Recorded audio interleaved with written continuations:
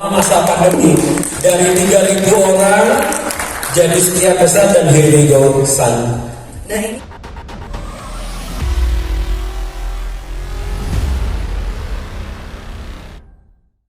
masa pandemi dari 3.000 orang jadi sekian besar dan here we go son.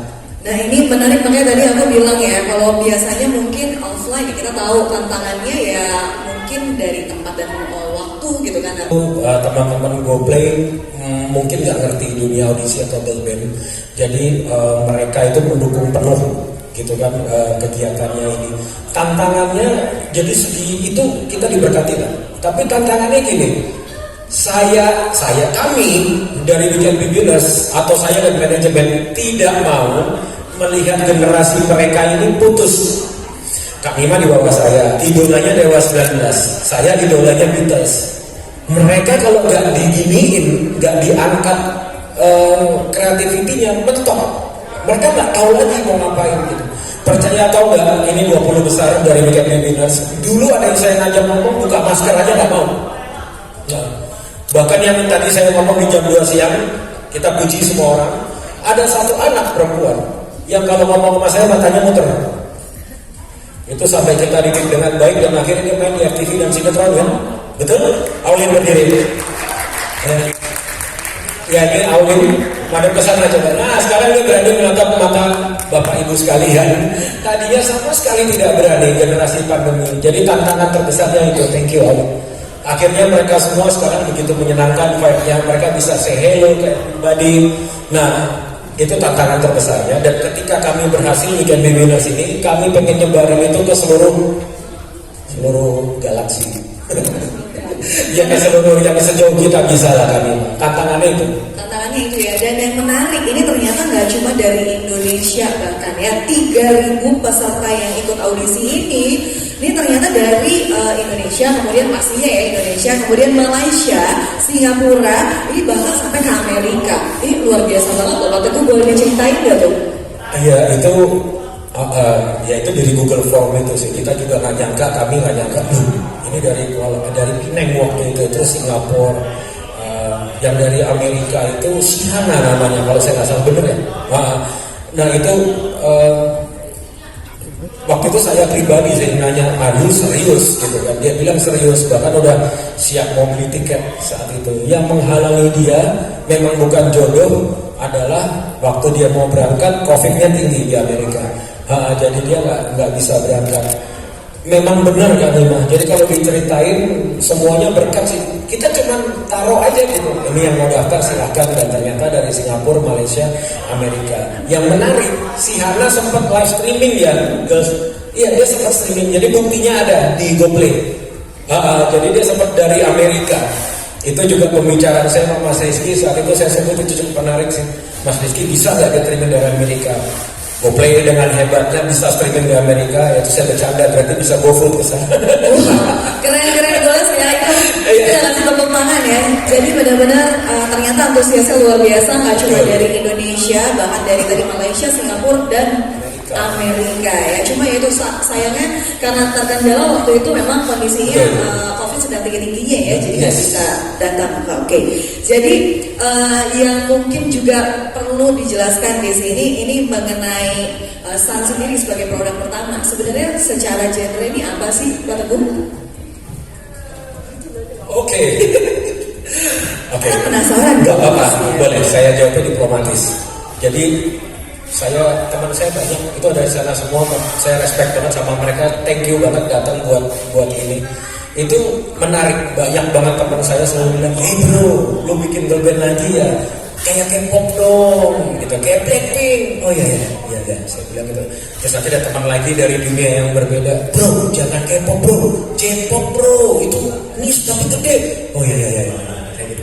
Terus ada lagi yang bilang, udah Indonesia aja, cuma di Indonesia bro, nanti kalah sama artis-artis lainnya. Ya. Jadi saya kalau ditanya genrenya apa, saya masih percaya diri bahwa saya cukup kreatif. Lalu saya datang ke teman-teman saya di sana, itu pakai topi yang lagi ngerekam ini dari All Good Music. Terus saya duduk sama mereka, saya bilang saya mau membuat sesuatu yang unik. kita garuk-garuk kepala cukup lama ya, berbulan-bulan ya teman-teman Outlook ya. Itu semua di sana komposer lagu Syaim kebetulan. Jadi kalau ditanya genrenya apa, keren aja. Keren. Iya udah, iya nggak sih? Keren kan? Keren. Udah cukup itu aja Kak dulu. Baik, Nanti kita lihat ya. nanti kita sama-sama lihat. Walaupun saya yakin di sini pasti semuanya udah nggak sabar, tapi pastinya kita juga pengen kenal lebih dekat nih sama San. San, boleh nggak nih kalian kenalkan diri masing-masing? Coba dari siapa yang pertama? Oke, silakan. Aku ya. Halo, selamat sore semuanya. Ya, jadi aku namanya Nabila Aiza. Kalian bisa panggil aku Nabila. Umur aku tuh 20 tahun, tapi 5 hari lagi aku officially 21 tahun. Ya, jadi aku tuh pertamanya ya, cerita sedikit kali ya. Jadi aku pertamanya masuk sebelum ini tuh aku sebagai professional assistant di salah satu perusahaan yang ada di Kabupaten Tangerang, Cikupa, tempat tinggal aku. Aku tuh gak ada niatan untuk ke entertain sebenarnya. Terus kayak apa namanya? Biasanya tuh aku bangun pagi jam 5 subuh, habis itu kerja, habis itu pulang kerja, nongkrong sama teman-teman, terus pulangin itu berkali-kali sampai aku merasa bosen. Kayak kenapa ya? Aku di umur segini, aku kerja dari umur 18 tahun, terus kayak aku bosen banget. Aku pengen banget jadi entertainer, aku pengen nyanyi, aku pengen dance, kayak cita-cita aku dari kecil. Terus gak sangka tiba-tiba ada audisi Weekend Beginners lewat di sosmed kalian juga kan ya. Iya, terus kayak aku pertama iseng mencet ikutan audisi itu. Terus ternyata alhamdulillah tahap 1, tahap 2, tahap 3 lolos dan akhirnya bisa ke tahap saat ini. Thank you semuanya. Nabila, terima kasih. Nih luar biasa semangatnya Nabila ya. Aku tahu sekarang rahasia kenapa kata gue awet muda ya, karena dia selalu bersama dengan cewek-cewek cantik seperti ini yang menggemaskan. Berikutnya, selanjutnya aku ya. Selamat sore semuanya. Perkenalkan, nama aku Hajian kok. Kalian bisa panggil aku Hajian. Jadi umur aku itu 17 tahun. Jadi kayak emang masih fresh graduate banget gitu kan. Nah, aku mau cerita juga nih kayak Nabila ya. Sebelum aku masuk di dunia ini, di dunia entertain ini, aku sebelumnya tuh I was just like a teenager yang aku tuh sekolah, tapi sekolahnya tuh online di rumah. Yang kayak ya udah aku bangun pagi, makan, sekolah di depan laptop, iPad, ya kan. Tapi sekolah sampai tidur kadang-kadang gitu. Terus pulang sekolah juga ya udah kegiatan aku gitu-gitu aja gitu. Terus gak lama setelah itu juga aku juga nemuin nih audisi Cherry Bell ada dia waktu awal ya namanya Cherry Bell 2.0. Terus habis itu kayak wah, I was a big fan of Cherry Bell back then when I was SD gitu, pokoknya masih kecil banget. Kayak I was a big fan of them. Terus dari situ kayak kayaknya ini adalah pintu masuk yang cocok buat aku, karena emang dari kecil tuh aku tuh pengen banget jadi entertainer. Aku pengen banget ada di dunia entertain seperti ini gitu. Jadi akhirnya aku daftar gitu. Terus pas daftar lolos di tahap 1, tahap kedua, tahap ketiga, terus habis itu kita masuk ke top 100 juga yang di situ aku tuh seneng banget ya, karena itu akhirnya pertama kalinya kita tuh offline audition gitu. And it was held itu 3 hari ya kan, first day, terus aku dapet second day, terus kayak di situ tuh kayak losing hope gitu. Cuman kayak melihat semangat lagi, semangat kayak aku dapat semangat lagi. Terus habis itu ternyata aku dapet lolos ke 50 besar, terus bareng yang teman-teman aku di depan ini juga. Terus habis itu di 50 besar itu kita kayak 3 hari ya training, terus habis itu bareng-bareng, dan terus habis itu kita ada kelas memasak dan lain sebagainya. Setelah dari situ masuk ke top 20 itu hal yang terberat menurut aku ya. Itu adalah poin yang dimana aku jauh dari keluarga aku yang sebelumnya aku 2 tahun di rumah aja di kamar gitu kan sama mami papi. Pas kata di top 20 ini tuh aku sebulan tinggal sama teman-teman aku yang kayak bahkan sebelumnya tuh belum pernah kenal Kak gitu. Jadinya pas kata di top 20 itu mungkin kalian semua penonton tahu yang ikutin aku dari masa audisi. You know how I survive. Kalian tahu betapa kerja kerasnya aku di sana, terus habis itu betapa aku trying hard juga di sana. Teman-teman aku juga jadi saksi, terus habis itu ada teman-teman kamar aku yang ngeliatin aku latihan tiap malam kayak oke, aku pasti bisa gitu. Terus pas setelah 1 bulan kita karantina, kita pernah garap tentang ya bareng-bareng, terus habis itu kan itu juga itu adalah salah satu momen yang paling mengharukan karena di situ kita tuh tidurnya di dalam tenda yang kayak tenda itu langsung ke rumput-rumputan gitu ya. Terus habis itu kayak malamnya baru pengumuman, terus kayak aku tuh di situ padahal sebelum itu aku tuh kayak udah kayak losing hope, kayak ya udah aku pasrah gitu. Cuman kayak ternyata aku bisa berada di sini gitu loh. Tapi ini semua bukan berkat diri aku sendiri, tapi kayak berkat teman-teman yang bermanfaat dan keluarga aku gitu loh. Gitu. Terus habis itu karena aku udah di sini, aku senang banget. Terus habis itu aku bakal trying hard lagi ke semua orang gitu. Bakal terus berkarya dan entertain semua orang. Gitu aja dari aku. Thank you. Terima kasih Hajian. Itu dia tadi yang kita udah semakin kenal dekat dengan Hajian. Yang berikutnya siapa? Cek, boleh dicek lagi? Cek. Halo, selamat sore semuanya. Perkenalkan, nama aku Anastasia Narwastu, biasa dipanggil Tasya.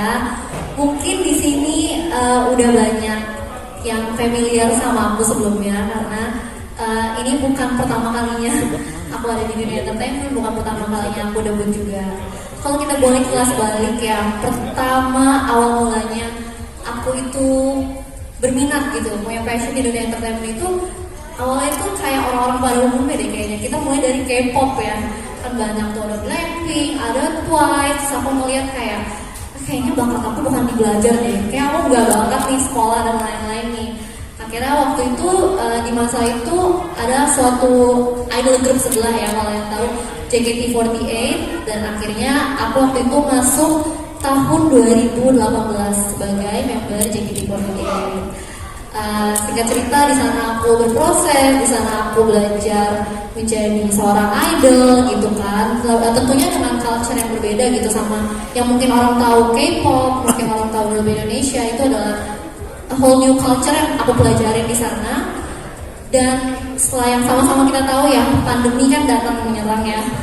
Pandemi datang menyerang, banyak income yang tersendat, banyak jalan yang tertutup, dan salah satunya jalan yang harus ditutup dulu sama Tuhan saat itu adalah aku harus berhenti dulu dari JKT48 karena ada restrukturisasi besar-besaran.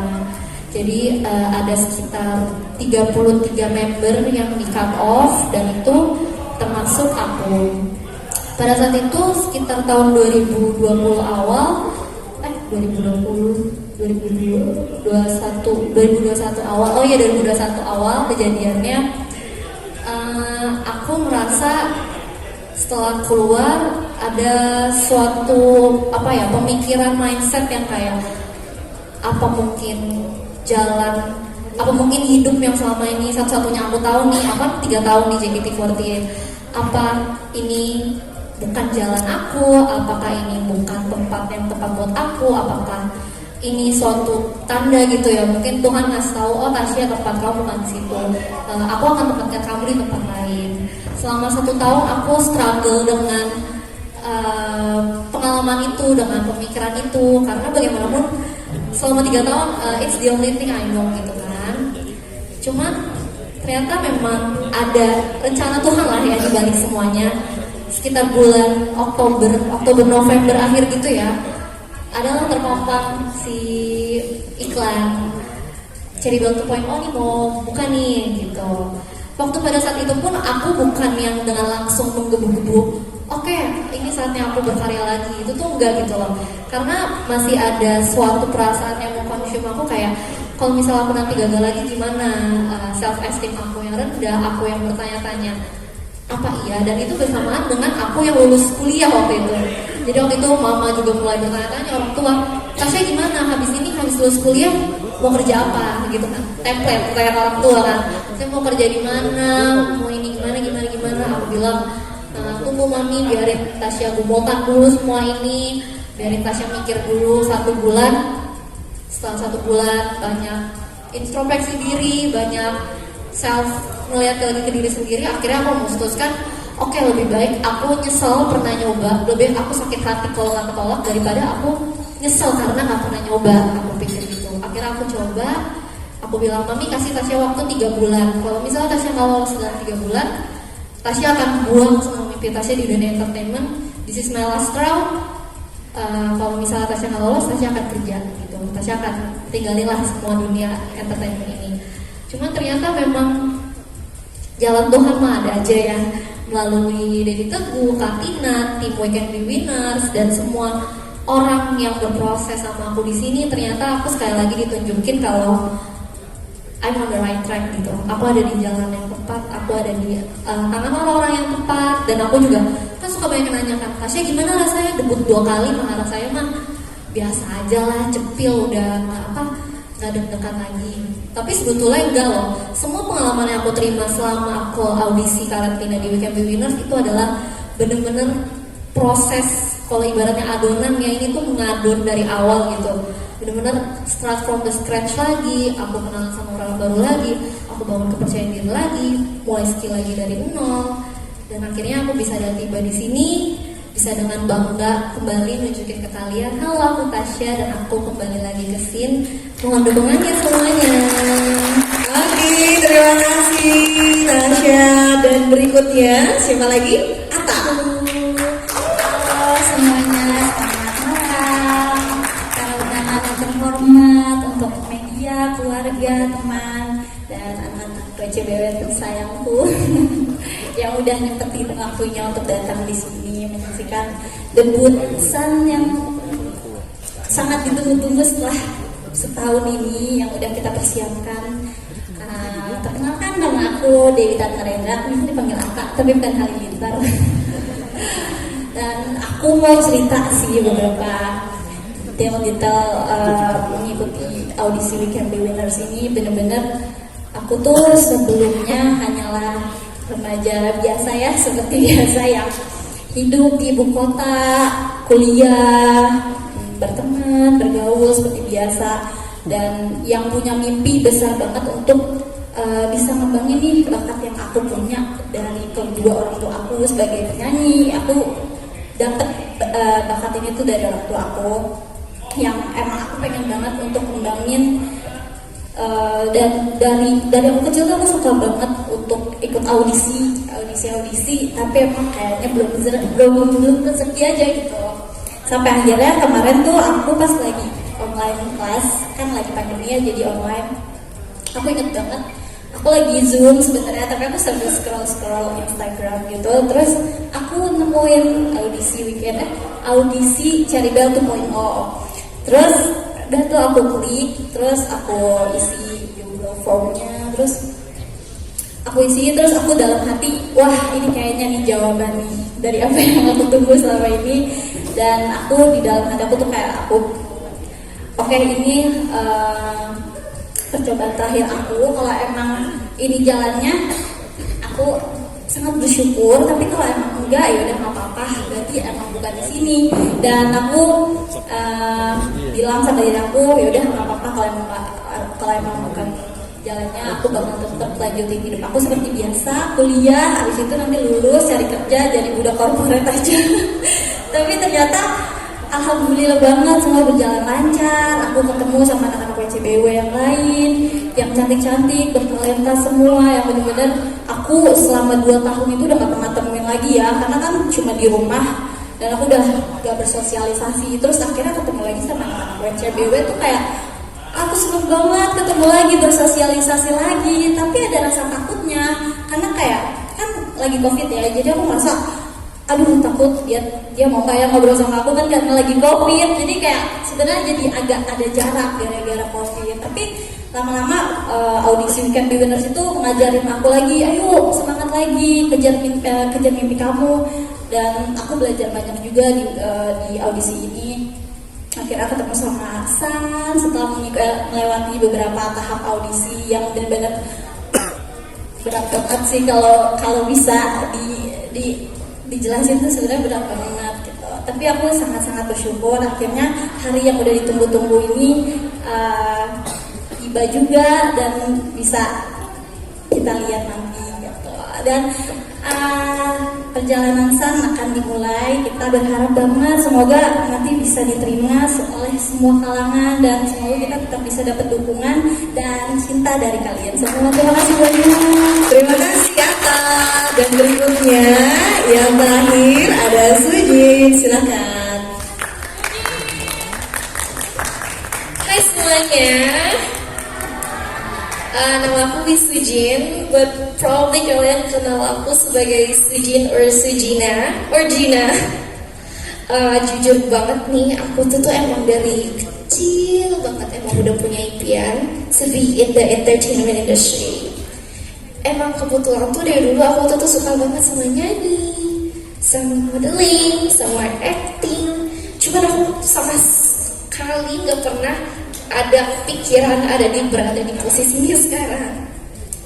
Terus habis itu kayaknya aku menjalankan banyak casting, banyak audisi, cuman pintu kayak ketutup semua.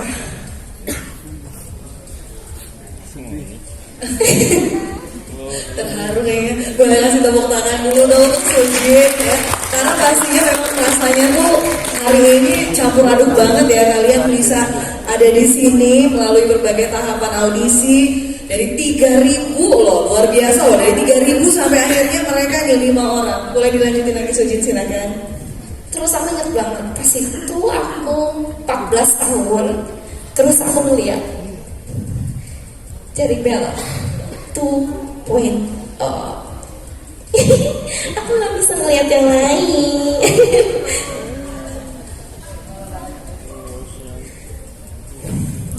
Terus habis itu kan aku ngejalanin audisinya, cuman aku ngerasa kayak aku cuma doing for fun gitu doang.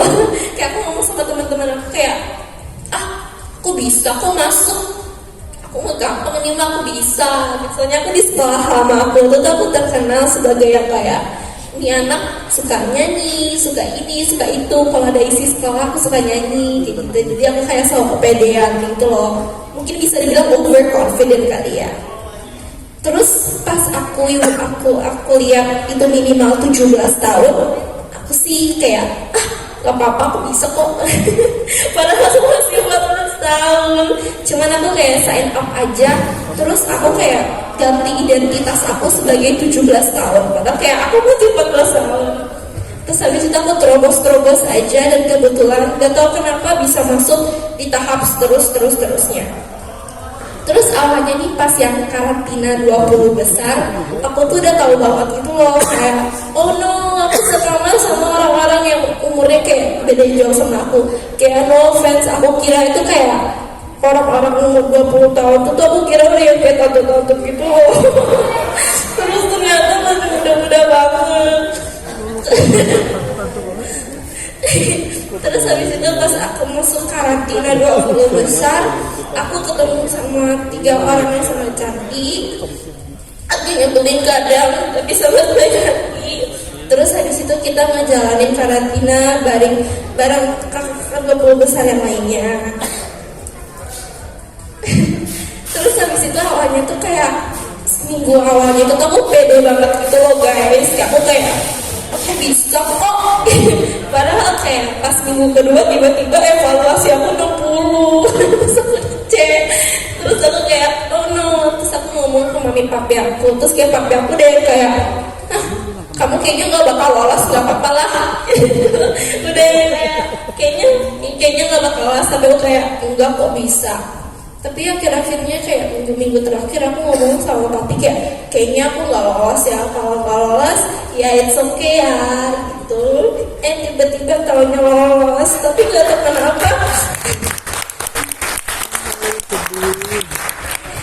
kenapa pas dipuntang pas pengumuman tuh kayak seneng tapi sedih juga gitu loh. Ini menggemaskan banget ya Sujin ini ya. Dia bisa loh nangis sambil ngomong, sambil senyum-senyum, sambil ketawa, campur aduk ya, seru banget. Apalagi tuh Sujin? Ada lagi? Terus kayak pas itu pas aku pengumuman aku lolos kayak kesini, tapi kayak aku tahu kayak aku juga sedih karena kayak yang lain juga perjuangannya kayak jauh meskipun juga ada berat. Terus kayak aku kadang ngerasa kayak oh Aku nambahin ya, jadi mungkin menyederhanakan omongan dia.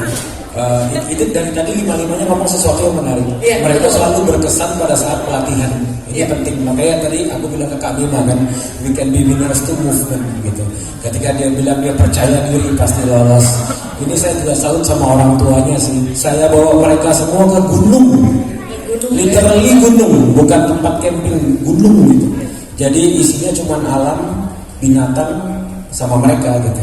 Itu diizinin sama orang tua Sujin. Di situ dia belajar banyak, dan disitulah dia mulai kenal alam. Dari situ dia merasa mungkin this is life, inilah hidup gitu. Hidup bukan bangun tidur, makan, belajar, kamar, bikin TikTok, tidur, bukan. Itulah hidupnya, itu yang dirasakan mereka semua gitu. Saya kalau dikasih waktu 3 jam nggak kelar-kelar tuh, saya hafal banget tuh si Jen ngapain, si Cindy ngapain, Michelle ngapain, Oci temen dari Monas ngapain, Ara ngapain, Gita ngapain, Olive ngapain, Yola ngapain, Revi ngapain, gitu kan, Owi ngapain, saya hafal banget gitu. Jadi masing-masing ada perubahannya gitu ya. Jangan deh, nanti I'm talking too much jadinya. Gitu.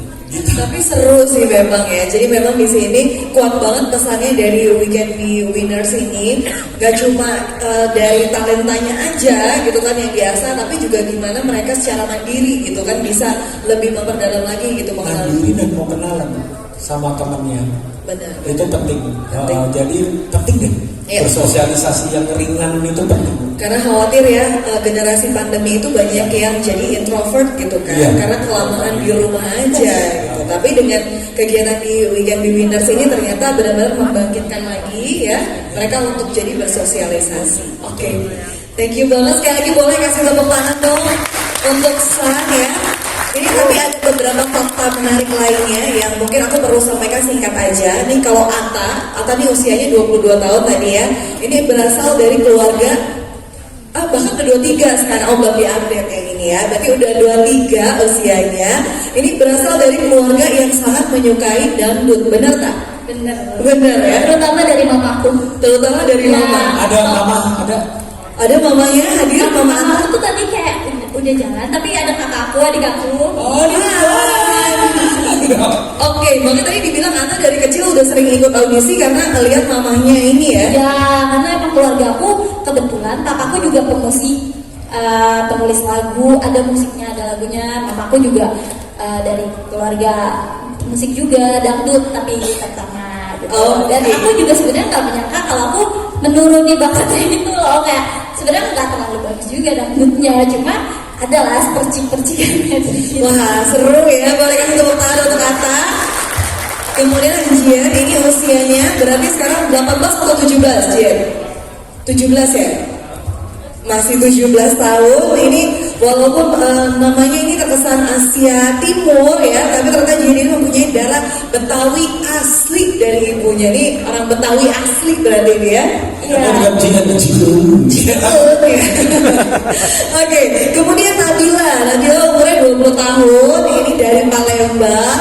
Dan ternyata kamu udah sempat kerja profesional ya, tadi makanya dibilang ya, bener kerja aja ya. Benar, dan aku kayak tadinya tuh aku dari kecil pengen jadi artis kak, ternyata kesempatannya sekarang Ya. Oke, kasih tepuk tangan dong untuk Nabila. Kemudian Tasya ya, tadi Tasya juga udah sempat sampaikan ya. Ini juga salah satu personil idol group terkenal yang memutuskan untuk berkarir di dunia girl band ya. Dan tentunya ini sesuai dengan jati diri yang dipilih sama Tasya gitu ya. Oke, terus yang terakhir Suji, kenapa dia dari tadi menggemaskan dengan ekspresinya ya? Ini karena ternyata baru 15 tahun dan waktu ikut audisi tadi 14 tahun usianya ya. Dan jadi ini anggota paling bungsu ya, paling muda remaja, separuh darah Korea dari papa ya. Kemudian mamanya asli orang Indonesia. Mungkin mau sama pakai bahasa Korea? Ya, Bulgogi Kimchi. Marahin sama bapaknya di situ. Ada bapaknya di belakang sana. Hai papi, hai mami. Di dunia yang serba menakutkan ini digital, jadi memang benar sejujurnya orang Korea lah, let me present you. Di situ papanya yang lagi gendong berasal dari Seoul. Ya, jadi memang ada ya itu kayak girl band banget gitu karena memang dari sana ya paling banyak. Dan terakhir mungkin untuk menutup sesi ini nih Pak Teguh, terkait dengan animo dari masyarakat gitu ya dengan kehadiran San seperti apa nih?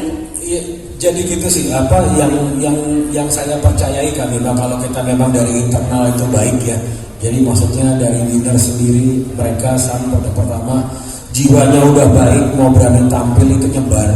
Nah sehingga animonya itu si sosial media rame banget ya, terus ya di sosial media mungkin kami boleh sedikit berbangga hati, kami jadi bahan omongan gitu di sosial media karena ini sekarang juga live di GoPlay nih, penontonnya saya rasa juga nungguin banget sih mereka debut kayak apa.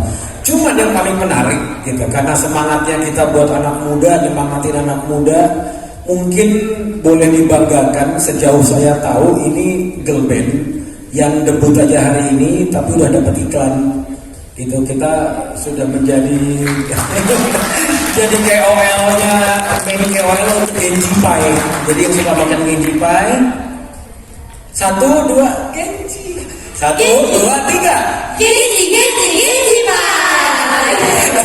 Oke, itu sih animonya kami mah. Thank you. Iya, jadi bahkan ini sudah menjadi KOL ya di saat belum debut bahkan ya. Luar biasa ya. Iya, terima kasih puji Tuhan. Oke, terima kasih tentunya untuk membuat juga ya, dan sukses sekali lagi untuk San, selamat tentunya untuk Bapak Teguh sekali lagi. Dan berikutnya kita berikan kesempatan untuk rekan-rekan media, silahkan mungkin ada yang ingin kemudian sekaligus yang pertanyaan terakhirnya ya Pak. Baik, pertanyaan tentang apa arti lagu Shine saya akan serahkan kepada Sam untuk menjawab. Tapi pertanyaan terakhir itu senang banget menggelitik saya buat jawab. Oke, sekarang 2022 menuju 2023, girl band udah nggak seramai dulu. Sekarang ada JKT di sana, gitu. Pertanyaan ini saya tunggu loh Kak. Thank you. Jawabannya sederhana. Kami itu ada bukan buat ngalahin siapa-siapa Kak. Kami buat ngalahin diri sendiri. Gitu. Jadi kami memang mengencourage mereka, mendidik mereka tuh untuk ngalahin diri sendiri. Sebenarnya dari tadi ya dari saya sebut beberapa nama, ada yang cantik banget postingannya cuma 2, tuh orangnya di situ saya tunjuk. Sekarang udah mulai posting dan kami memang begitu. Jadi ketika kami merilis produk pertama ini San tidak bertujuan untuk menyaingi siapa-siapa. Kami ngalahin diri sendiri dulu deh Kak. Terus kami menularkan energinya aja. Nanti menang kalah urusan lain. Jadi itu aja. Terima kasih. Ayo jawab. Baik. Nah, kalau misalnya arti dari lagu Shine sendiri itu kita tuh mau mengajak semua anak bangsa untuk bangga dengan karya anak bangsa, lagu-lagu Indonesia yang emang menceritakan tentang identitas kita sebagai anak muda Indonesia gitu ya. Jadi maksudnya itu jangan terus-menerus kita mengikuti arus tren. Cintailah karya dan identitas kita sebagai anak bangsa Indonesia gitu.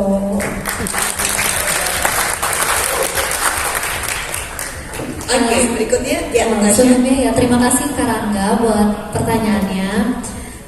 Jadi memang ya dari aku di girl band sebelah dan aku yang di tempat aku yang sekarang di San itu memang kalau di sana dulu aku mendapat privilege buat belajar banyak, buat aku belajar jadi performer di atas panggung gitu. Dan memang pengalaman-pengalaman itu aku bawa ke sini itu bukan untuk membanding-bandingkan ya, tapi memang di sini kadang kalau misalnya teman-teman aku di San itu nanya kayak Tasya ini gimana ya caranya, misalnya kalau misalnya deg-degan di panggung gimana, kalau misalnya aku lagi insecure kayak gimana, kayak gitu-gitu sering banget mereka datang ke aku bisa jawab mereka gitu berdasarkan pengalamanku. Tapi bukan berarti juga aku udah yang paling leader di sini, aku yang paling mentor mereka, karena ternyata banyak banget juga yang bisa aku pelajari dari teman-teman aku di sana ini yang masih menggebu-gebu, yang masih dengan semangat pertama kali akan naik panggung, itu juga banyak aku contoh dari mereka. Dan kalau untuk manajemen sendiri, kadang-kadang aku suka juga udah di tahap aku bisa berdiskusi sama Dedi, sama Kak Dina, sama teman-teman yang lain soal nantinya kalau di balik layar tuh kayak apa sih gitu. Jadi kesempatan yang aku datang kedua kali ininya itu sangat berharga dan sangat apa ya, kayak ingin aku manfaatkan sebaik-baiknya gitu. Terima kasih. Terima kasih Tasya. Berikutnya Nabila. Oke, terima kasih Kak Rangga atas pertanyaannya. Iya, memang sedari kecil tuh aku pengen banget nih jadi artis. Cuman di umur setelah 5 tahun aku tuh kayak mentok gitu. Gimana ya caranya aku jadi artis? Jalannya lewat mana ya? Aku lebih ke gitu sih pertamanya. Terus kayak karena aku mentok, terus aku nggak tahu harus jalannya lewat mana. Akhirnya aku emang nyoba untuk kerja dulu gitu. Terus habis itu akhirnya pas aku nyoba kerja ya gitu, aku nemuin jalan ya. Aku juga nggak tahu, mungkin dikasih sesuatu sama Allah untuk kayak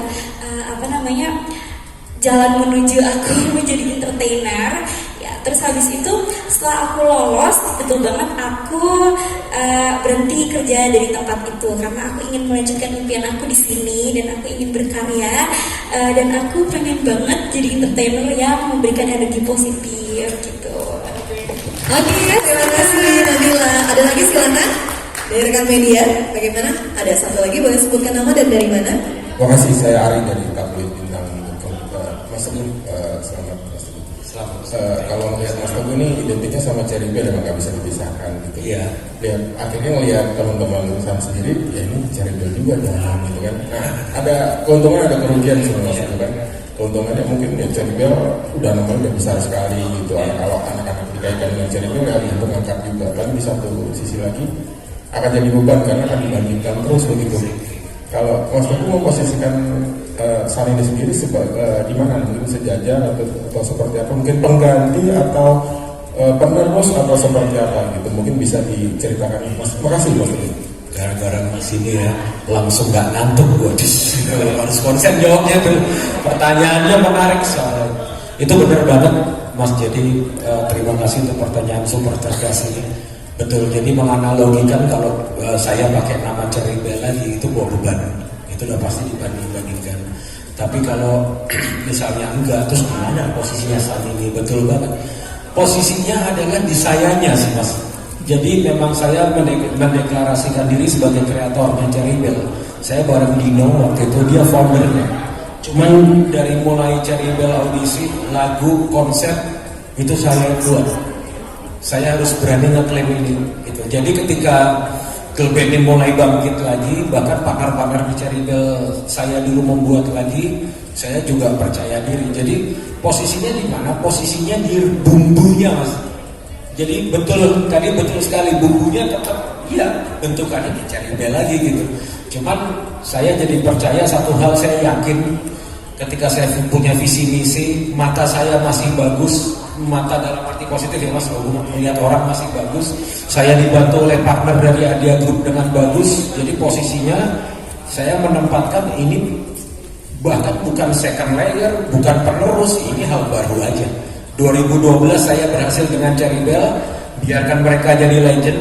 2022 saatnya saya dan saya. Thank you. Oke, mengingat waktu, mungkin ini satu pertanyaan terakhir, silakan. Ya, silakan. Halo, selamat malam. Saya Iksan dari FIFA. Ngomong soal sosial media kan kemarin sangat ramai ya.